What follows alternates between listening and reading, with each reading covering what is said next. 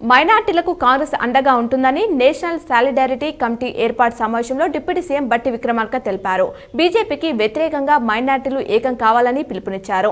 వైఎస్ఆర్ హయాంలో ముస్లింలకు 4% రిజర్వేషన్లను కల్పించాం. అయినా అందరికీ స్ఫూర్తి ప్రదాత. ప్రపంచ పటంలో హైదరాబాద్ ఉందంటే అందుకు వైఎస్ చేపట్టిన కార్యక్రమాలే కారణం.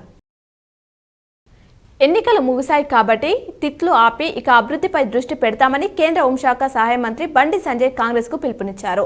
రాజన్న సిరిసిల్ల జిల్లాలో పర్యటన సందర్భంగా ఆయన మాట్లాడారు. కేంద్రం రాష్ట్రం మధ్య సమన్వయంతోనే గ్రామాల అభివృద్ధి సాధ్యం. రాష్ట్రానికి కేంద్రం నుంచి పూర్తి సహకారం అందించేలా చూస్తానన్నారు. రాష్ట్రంలో కొత్త పింఛన్లు జారీకి అర్హుల జాబితాను సిద్ధం చేయాలని అధికారులను మంత్రి సీతక్క ఆదేశించారు. బీఆర్ఎస్ ప్రభుత్వం హయాంలో పెండింగ్లో ఉన్నవి కాంగ్రెస్ ప్రభుత్వం వచ్చాక అందిన దరఖాస్తుల ఆధారంగా రిపోర్ట్ చేయాలని ఉన్నత స్థాయి సమీక్షలో సూచించారు.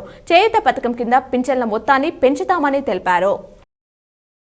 ముంబైను భారీ వర్షాలు అతలాకుతలం చేస్తుండటంతో వాతావరణ శాఖ అక్కడ రెడ్ అలర్ట్ ప్రకటించింది. కొన్ని ప్రాంతాల్లో ఏకంగా 300 మిల్లీమీటర్ల వర్షపాతం రావడంతో రోడ్లు, లోతట్టు ప్రాంతాలు నీటితో నిండిపోయి చెరువుల్ని తలపిస్తున్నాయి. జనజీవనం అస్తవ్యస్తమైంది. 50 వరకు విమానాలని రద్దు చేశారు. రైళ్లు రాకపోకలు స్తంభించాయి. సినిమాల్లో దివ్యాంగుల్ని కించపరిచే సీన్స్ ఉండడానికి వీల్లేదని సుప్రీంకోర్టు తాజాగా తేల్చి చెప్పింది. అవిటివాడు, స్పాట్స్టిక్ వంటి పదాలు సామాజిక వివక్షకు దారితీస్తాయని అభిప్రాయపడింది.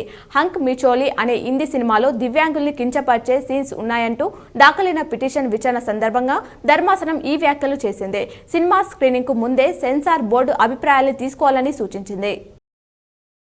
సీఎం రేవంత్ నేడు పాలమూరులో పర్యటించనున్నారు. మధ్యాహ్నం బేగంపేట్ విమానాశ్రయం నుంచి ఆయన బయలుదేరనున్నారు. కలెక్టరేట్లో ఉమ్మడి జిల్లాకు చెందిన ప్రముఖులతో సమావేశమవుతారు. మహిళా శక్తి క్యాంటీన్ను ప్రారంభించడంతో పాటు పలు అభివృద్ధి పనులకు శంకుస్థాపన చేయనున్నారు.